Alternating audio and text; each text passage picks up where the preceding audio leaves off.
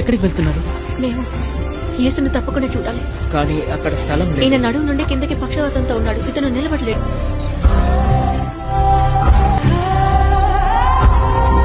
మీ చిత్తమైతే బోధకుడా మీరు చేయగలరు. విశ్వాసం అందమైనది.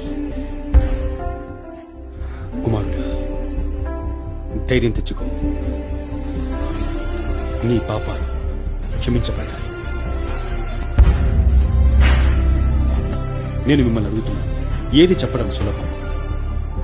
నీ పాపాలు క్షమించబడ్డాయి లేదా లేచి నడు అనటమా?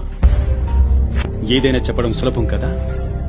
అయితే పాపాలను క్షమించే అధికారం మనుష్య కుమారునికి భూమిపై ఉందని మీరు తెలుసుకునేలా మీకు చూపించడానికి నేను నీతో చెప్తున్నాను. నా కుమారుడా, లేకు, నీ పరుపు తీసుకుని ఇంటికి వెళ్ళు.